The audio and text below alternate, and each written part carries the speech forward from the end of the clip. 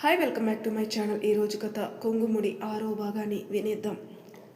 Night 12 గంటలకి నిద్రపోతున్న ఆనందికి మెలకువ రావడంతో నిద్ర లేచి తన రూమ్లో ఉన్న ఫ్రిడ్జ్లోని వాటర్ బాటిల్ తీసుకుని తాగుతూ టైం చూసింది.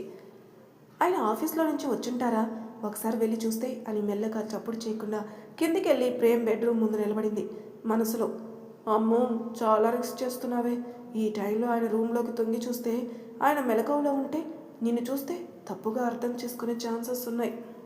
సో నువ్వు వెనక్కి వెళ్ళిపోవడమే బెటర్ అని వెనక్కి తిరగబోయి ఆగి, పిచ్చి ఆనంది, నీ మొగుడు చూద్దామంటే పగల దొరకడు, రాత్రి ఛాన్స్ వచ్చినా నిన్న భయం బిడియం వల్ల ఇప్పుడేమో తప్పుగా అనుకుంటాడేమో అని ఇలా వెనక అడుగు వేస్తే ఇంకా నీ మొగుడిని నువ్వు చూసినట్లే. అయినా తప్పుగా అనుకోవడానికి నువ్వు తొంగి చూసేది పరాయి వాడి గదిలోకి కాదు, నీకు తాళి కట్టిన నీ భర్త గదిలోకే. సో తప్పు కానే కాదు అని డోర్ ఓపెన్ చేయబోతే లాక్ వేస్తుంది. ఇదేంటి, ఆయన ఆడపిల్లలా డోర్ లాక్ చేసుకుని మరీ పడుకున్నారు, ఇప్పుడెలా డోర్ ఓపెన్ చేయడం అని ఐడియా అని తన తల్లో పిన్ తీసుకుని డోర్ బొక్కలో దూర్చి డోర్ ఓపెన్ చేసి చూస్తే లోపల ప్రేమ్ లేడు. అదేంటి, ఆయన ఇంకా రాలేదా ఇంటికి? కానీ ఇంత టైం అవుతున్నా ఇంకా ఆయన ఇంటికి రాలేదేంటి? కాల్ చేద్దామంటే టైం ఓవర్ అవుతుంది. ఆయన లేట్ అవ్వడంతో ఆఫీస్లోనే ఉండిపోయారా అని ఆలోచిస్తూ తన రూమ్కి వెళ్ళి బెడ్పై పడుకొని అలా ఎప్పటికో నిద్రపోయింది. మార్నింగ్ 6:30 ఆనంది ఫ్రెష్ అయ్యి శారీ కట్టుకుని కింది హాల్లోకి వస్తుంది. పూజ గదికి వెళ్ళి దీపం పెట్టి పూజ చేసిన తర్వాత హాల్లోకి వచ్చి ప్రేమ్ గది వైపు చూసింది. అంతలో మాయా వచ్చి గుడ్ మార్నింగ్ మ్యామ్ అంది.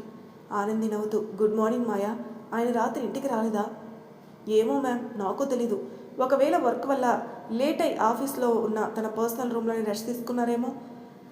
చారి అప్పుడే అక్కడికి వస్తూ అవును మాయా, నువ్వు చెప్పింది నిజమే, సార్ నాకు మెసేజ్ చేశారు, నన్ను మార్నింగ్ 8 o'clock అంతా వచ్చేయమన్నారు. సరే చారి, నేను టిఫిన్ చేసి క్యారేజ్లో పెట్టిస్తాను, ఆయనకి తీసుకెళ్ళి ఇవ్వు అని కిచెన్లోకి వెళ్ళిపోయింది ఆనంది. మాయా వెళ్ళి హాల్లోని సోఫాలో కూర్చొని పేపర్ చదువుతుంటే చారి కూడా మాయా ఎదురుగా కూర్చొని న్యూస్ పేపర్ తీసుకుని ఇలా అంటాడు, ఏంటో ప్రతిరోజు 4 మర్డర్సు 2 అవి లేకపోతే మోసాలు తప్ప ఈ పేపర్లో మనకి పనికొచ్చే న్యూస్ ఒకటి లేదు అంటాడు. తర్వాత ఆనంది ప్రేమ్ కోసం ఉప్మా చేసి క్యారేజ్లో పెట్టి చారీకి ఇస్తుంది. అది తీసుకుని చారీ ఆఫీస్కి వెళ్ళిపోతాడు. 8:30 అవుతుంది. ఆనంది కాఫీ తాగుతూ గార్డెన్లో చైర్లో కూర్చొని ఎదురుగా ఫ్లవర్స్ని చూస్తూ తోటమాలి వాటికి నీళ్లు పోస్తుంటే గమనిస్తుంది. తన పక్కనే ఉన్న మొబైల్ రింగ్ అయితే నెంబర్ చూసి తీసుకొని ఆన్ చేసి మాట్లాడుతుంది. అమ్ములు, ఎలా ఉన్నావు తల్లి? ఇంతకీ నా అల్లుడు ఎలా ఉన్నాడు, ఏం చేస్తున్నాడు అని అడిగింది భాగ్య. ఏమో నాకేం తెలుసు అంది. అదేంట్రా అలా అన్నావు? లేకపోతే ఏంటమ్మా, నేను ఇంటికి వచ్చి మూడో రోజు కానీ ఆయన ఇంతవరకు చూడలేదమ్మా. అదేంటమ్ములు, నువ్వు ఇంతవరకు ప్రేమ్ని చూడలేదా? నా బ్యాడ్ లక్ అలా ఏడ్చింది అని తన ప్రయత్నాలు జరిగినవన్నీ చెప్తుంది. భాగ్య నవ్వుతుంది. అమ్మా నవ్వకు, నా కోపం వస్తుంది. నీ భర్తను నువ్వు చూడ్డానికి కష్టపడుతుంటే నవ్వురాక ఏమొస్తుంది అమ్ములు? ఆనంది తలదించుకొని సైలెంట్గా ఉంది. సరే అయితే నేను ఒక ఐడియా చెప్పనా? ఎందుకు? ట్రై చేసి మళ్ళీ ఫెయిల్ అవ్వడానికా?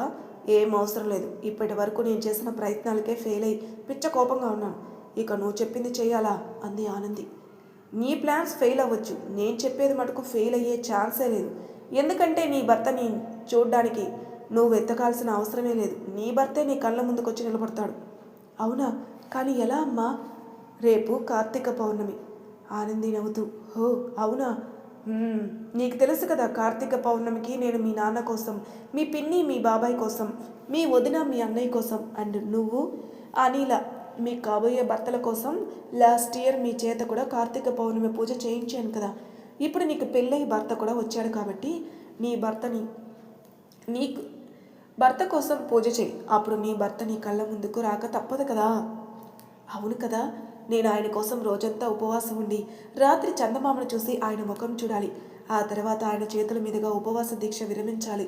ఓ థ్యాంక్స్ మా, ఆయన ధ్యాసలో పడి రేపు కార్తీక పౌర్ణమి అనే మర్చిపోయానమ్మా. పెళ్లి తర్వాత వచ్చిన మొదటి కార్తీక పౌర్ణమి, నా భర్త ఆయుష్ కోసం నేను చేయబోయే మొదటి పూజ. నియమనిష్టలతో శివుణ్ణి పూజించి ఆయన్ని మొదటిసారిగా రేపే చూస్తాను అంటుంది. భాగ్య నవ్వుతూ సరే అమ్ములు, ఇక నేనుంటాను అంది. బాయ్ అమ్మ అని కాలు పెట్టేసింది ఆనంది. భాగ్య మనసులో పిచ్చి పిల్ల, నీ అవస్థ చూడలేక ప్రేమే కార్తీక పౌర్ణమి గురించి నీకు గుర్తు చేయమని, తన కోసం పూజ చేసి తనను చూడొచ్చని నీకు చెప్పమని ప్రేమే నాకు రాత్రి కాల్ చేసి చెప్పాడే అని తనలోని తాను నవ్వుకుంటుంది. ఆఫీస్లో తన పర్సనల్ బెడ్రూమ్లో ఫ్రెష్ అయి తన క్యాబిన్లో కూర్చొని ల్యాప్టాప్లో వర్క్ సంబంధించిన ఏదో టైప్ చేస్తున్నాడు. అంతలో చారీ లోపలికి వెళ్ళి గుడ్ మార్నింగ్ సార్ అన్నాడు. గుడ్ మార్నింగ్ చారీ, ఏంటి నేను చెప్పిన టైం కంటే అరగంట లేటుగా వచ్చావు? అది సార్, ట్రాఫిక్ జామ్ వల్ల లేట్ అయింది సార్. ల్యాప్టాప్లో వర్క్ టైప్ చేస్తూనే చారీ వైపు చూడకుండానే, ట్రాఫిక్ జామ్ వల్ల లేక మాయాకి కవితలు వినిపించడంలో లేట్ అయిందా? సార్ మీకు మర్చిపోయావా చారీ అని ప్రేమ్ అనగాని, ప్రేమ్ చెవికి ఉన్న బ్లూటూత్ని చూసి చారీ నసుకుతూ, సార్ మీరు లైన్లో ఉన్నారని తెలియక నువ్వు లైన్ వేసే పనిలో బిజీ అయిపోయావు కదా చారీ ప్రేమ్ని డైవర్ట్ చేయడానికి, సార్ ఆనంది మేడం మీకోసం జీడిపప్పు ఉప్మా చేసి పంపారు సార్. ప్రేమ్ సీరియస్గా, ఏంటి మళ్ళీ చెప్పు ప్లీజ్ సార్, అబద్ధం ఆడినందుకు ఈ ఒక్కసారికి వదిలేయండి. ప్రేమ్ నవ్వుతూ, ప్రేమలో పడ్డాక ప్రేమ కోసం ప్రేమించిన అమ్మాయి కోసం అబద్ధం ఆడినా తప్పులేదులే చారీ. హిహిహి, చాలా బాగా చెప్పారు సార్. నవ్వింది చాలే, మా ఆవిడ చేసిన ఉప్మా ఇవ్వు అని తీసుకొని స్పూన్తో ఉప్మా తీసుకొని టేస్ట్ చేసి, ఉప్మా చాలా టేస్టీగా ఉంది చారీ, నువ్వు తిను. మేడం చేసిన ఉప్పు పాయసం తిన్నాక ఈ ఉప్మా తినాలంటే చాలా భయంగా ఉంది సార్ అన్నాడు. ప్రేమ్ కోపంగా చూస్తాడు. వద్దులే సార్, తింటాను. మీ ఉప్పు తింటున్న వాడిని, నిన్ననే మేడం చేతి ఉప్పు పాయసం కూడా తిన్నాను, ఇప్పుడు ఉప్మా తినలేనా? తింటాను అని వణుకుతున్న చేతులతో ఉప్మా చారీ కూడా తిని, సూపర్ సార్, ఉప్మా నిజంగా చాలా టేస్టీగా చేశారా మేడం అని మొత్తం లాగించేశాడు చారీ. ప్రేమ్ కూడా చారీని చూసి నవ్వుతూ టిఫిన్ తింటాడు. ఇద్దరు టిఫిన్ చేయడం పూర్తయ్యాక, మీరు ఊరికి ప్రైవేట్ చాట్లోనా లేక కార్లోనా వెళ్తారా సార్ అని అడిగాడు. నేను ఎక్కడికి వెళ్ళడం లేదు చారీ. అదేంటి, మేడం దగ్గరికి వెళ్తానన్నారు కదా? వెళ్ళాలని ఆ విషయం సీతు కూడా రాత్రి మెసేజ్ చేశాను చారీ. వెంటనే సీతు డార్లింగ్ కాల్ చేసి ఆనందిని ఒంటరిగా వదిలి రావద్దని, తనే వారంలో వస్తానని చెప్పింది. ఓ అలాగా సార్, మిమ్మల్ని ఇంకో విషయం అడగాలి. ఏంటి? ఆనంది నన్ను చూడడానికి ట్రై చేస్తుంటే నేను వెళ్ళి డైరెక్ట్గా తనకి కనపడచ్చు కదా అనే? అవును పాపం సార్, ఆనంది మేడం తన భర్త అయిన మిమ్మల్ని చూడడానికి ఎంతగా తహతహలాడుతుందో. మీరు మేడంకి కనపడకుండా దోబూచులాడటం నాకేం నచ్చడం లేదు సార్. ఏడవకు చారీ, ఆనంది నన్ను చూడడానికి ఆల్రెడీ ప్లాన్ వేసి అత్తతో కలిసి అమలు కూడా చేసేసాను. చారీ ఆతృతగా, ఏం ప్లాన్ సార్? రేపు కార్తీక పౌర్ణమి చారీ అని భాగ్య ఆనందితో చెప్పిందంతా చెప్తాడు. సూపర్ సార్, ప్లాన్ చాలా బాగుంది. చారీ ఈరోజు మీటింగ్ 3 o'clockకి, సో నేను వెళ్ళి వర్క్ ఫినిష్ చేయి. ఓకే సార్ అని వెళ్ళిపోతాడు చారీ. 10 o'clock అయింది. ఆనంది తన రూమ్లో వాళ్ళమ్మ చెప్పిన దాని గురించి ఆలోచిస్తూ ఉంటుంది. అమ్ము, రేపు నువ్వు మీ ఆయన చూడబోతున్నావు. వావ్, చాలా చాలా హ్యాపీగా ఉంది. రేపు మా ఇద్దరికి మొదటి పండుగ కాబట్టి కొత్త బట్టలు కట్టుకోవాలి.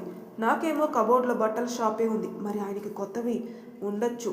కానీ నేను ఆయన కోసం డ్రెస్ తీసుకుంటే, వావ్ గుడ్ ఐడియా. అమ్ము, వెంటనే షాపింగ్కి వెళ్ళాలి అని రెడీ అవుతుంది. ఆనంది షాపింగ్కి వెళ్ళాలని రెడీ అయ్యి కిందికి వచ్చి, మాయా నేను షాపింగ్కి వెళ్ళాలి అంది. మాయా ద్వారా లైన్లో ఉన్న ప్రేమ్ ఆనంది మాటలు విని, మాయా ఓకే చెప్పి నువ్వు చేయాల్సింది చెయ్యి.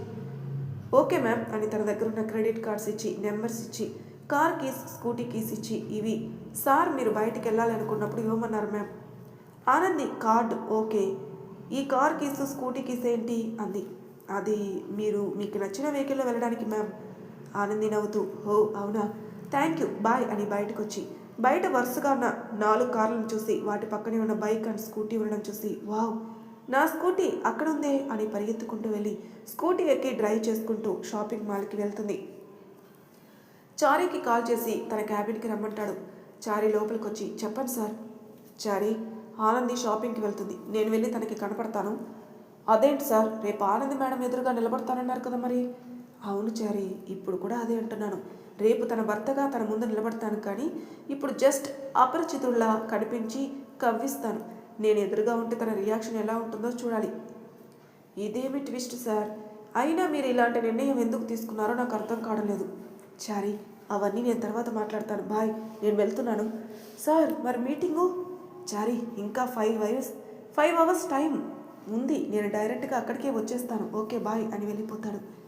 షాపింగ్ మాల్లోకి వెళ్ళి షాపింగ్ కంటే ముందు ఒక కాఫీ తాగాలని షాపింగ్ మాల్లోనే ఉన్న కాఫీ షాప్కి వెళ్ళి కూర్చుంది.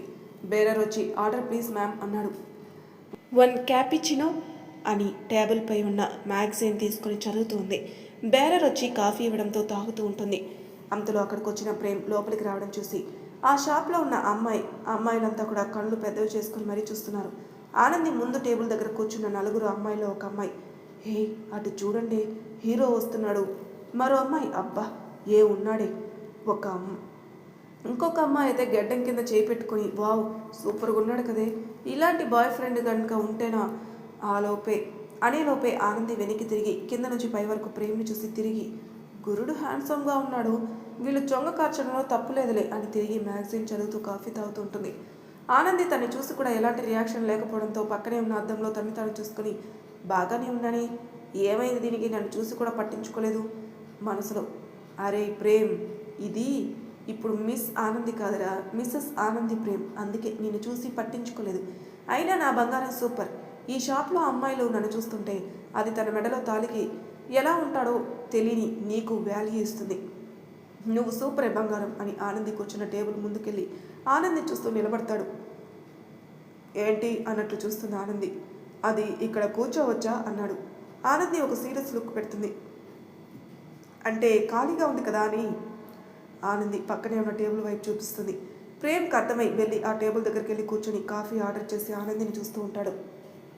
ఆనంది మనసులో, వీడేంటి తెగ సైట్ కొట్టేస్తున్నాడు, అమ్మో నీకు పెళ్ళయిందే అని అతనికి తెలుసు కదా.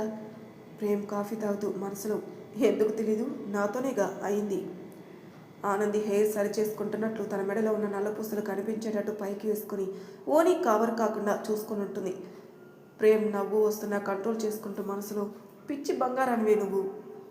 ఎదురుగా ఉన్న అమ్మాయిల్ని చూస్తుంది ఆనంది. వాళ్ళు ప్రేమ్కి తెగ సైట్ కొడుతున్నారు. అది చూసి మనసులో, సరిపోయింది పో, ఇతన్ని ఏ అమ్మాయి పెళ్లి చేసుకుంటుందో కానీ అది అమ్మాయిల నుంచి అతన్ని కాపాడుకోలేక చచ్చిపోతుంది అనుకుంటుంది. ప్రేమ్ మనసులో, ఇంకెవరో కాదే బేబీ, నన్ను కాపాడుకోవాల్సింది నువ్వే డార్లింగ్.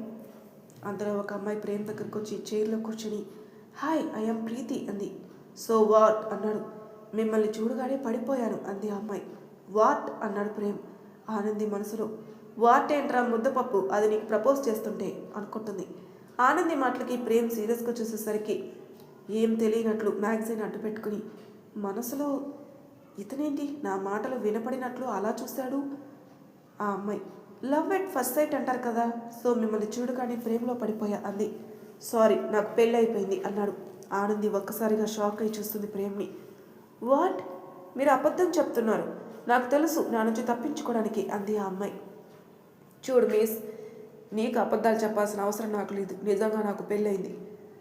పాపం అతను నిజమే చెప్తున్నట్లున్నాడు, ఈ అమ్మాయి నమ్మేటట్లు కనిపించడం లేదే, ఇప్పుడు ఎలా అనుకుంది ఆనంది. చూడండి, నాకు బోల్డ్ ఎంత ఆస్తుంది, దగ్గర 500 కోట్లు ఉండొచ్చు, నన్ను పెళ్లి చేసుకుంటే మొత్తం మీకే అంది ఆ అమ్మాయి. ప్రేమ్ సీరియస్గా వాట్ అన్నాడు. ప్లీజ్ ప్లీజ్ ప్లీజ్ కాదనకండి, నా ఆస్తంతా మీకు కట్నంగా వస్తుంది అంది. ఆనంది వచ్చి, మరి నాకెంత ఇస్తావు అని చేతులు కట్టుకొని నిలబడింది. ప్రేమ్ షాక్ అవుతాడు. ఆ అమ్మాయి షాక్ అయ్యి, నీకెందుకు ఇవ్వాలి, మరి నా భర్తను నీకు ఇవ్వాలంటే నాకు భరణం ఇవ్వాలిగా. ప్రేమ్ పైకి లేచి ఆనంద వైపు చూస్తుంటే ఆ అమ్మాయి బాధగా చూస్తుంది. నా భర్తకు విడాకులు ఇస్తేనేగా నువ్వు పెళ్లి చేసుకునేది, నేను విడాకులు ఇవ్వాలంటే నువ్వు ఆయనకు కానీ నాకు కానీ భరణం ఇవ్వాలిగా. వాట్ లేదు, వంకాయ లేదు, పోయి నీకు నా మొగుడే కావాల్సి వచ్చాడా అంది ఆనంది. నేను నమ్మను అంది ఆ అమ్మాయి. నిన్ను నమ్మమని ఎవరు చెప్పారే, ఆయన ఈ షాప్లోకి వచ్చినప్పటి నుంచి సైట్ కొడుతున్నావు కదా, అవునా కదా. అవును. ఆయన ఇన్ని టేబుల్ ఖాళీగా ఉండగా నా దగ్గరకు వచ్చి నిలబడ్డా లేదా. అవును. అయితే నీ భర్త అయిపోతాడా, ఆయన ఏంటి సాక్ష్యం. ఆనంది తన మెడలో తాలి బయటికి లాగి, నా మెడలో తాలి, ఆయన పక్కన నేను, ఇంతకంటే ఏ సాక్ష్యం కావాలి నీకు. అయినా నేను నమ్మను, నీ భర్త అయితే నువ్వు అక్కడ, ఈయన ఇక్కడ ఎందుకు కూర్చుంటాడు.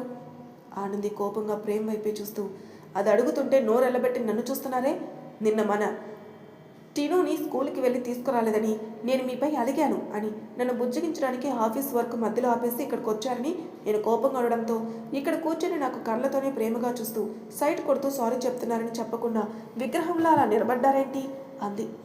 ప్రేమ్ షాక్ కొట్టిన వాడిలా లోపల గిలగలా కొట్టుకుంటూ ఉన్నా పైకి ఏం చెప్పాలో అర్థం కాక అది అని అంటుండగా ఆ అమ్మాయి, అతనేం చెప్తాడు?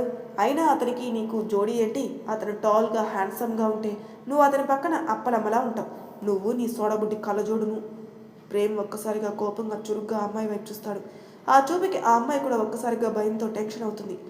ఆనంది కోపం వస్తున్నా కంట్రోల్ చేసుకుంటూ ప్రేమ్ రియాక్షన్ చూసి ఇతనేంటి ఏదో తన సొంత భార్యని కామెంట్ చేసినట్టు అలా చూశాడు అనుకుంటుంది మనసులో. ప్రేమ్ ఆనంది మాటలకి బాధగా ఆనంది వైపే చూస్తాడు. చూడు పాప, నువ్వు చెప్పింది నిజమే. ఈయన నాకంటే అందంగా ఉన్నాడు. మాది లవ్ మ్యారేజ్. ప్రేమ గుడ్డిది అంటారు కదా. ఆయన ప్రేమ గుడ్డిదాన్ని అయినా నన్ను ప్రేమించి పెళ్లి చేసుకున్నారు. అయినా ప్రేమకు కావాల్సింది అందం ఐశ్వర్యం కాదు, ప్రేమించే మంచి మనసు, మన కోసం ప్రాణమైన ఇచ్చే మనిషి తోడు. అది మా ఇద్దరికి ఒకరిలో ఒకరికి కనపడింది. అందుకే పెళ్లి చేసుకుని ఒక పాపను కూడా జన్మనిచ్చాం.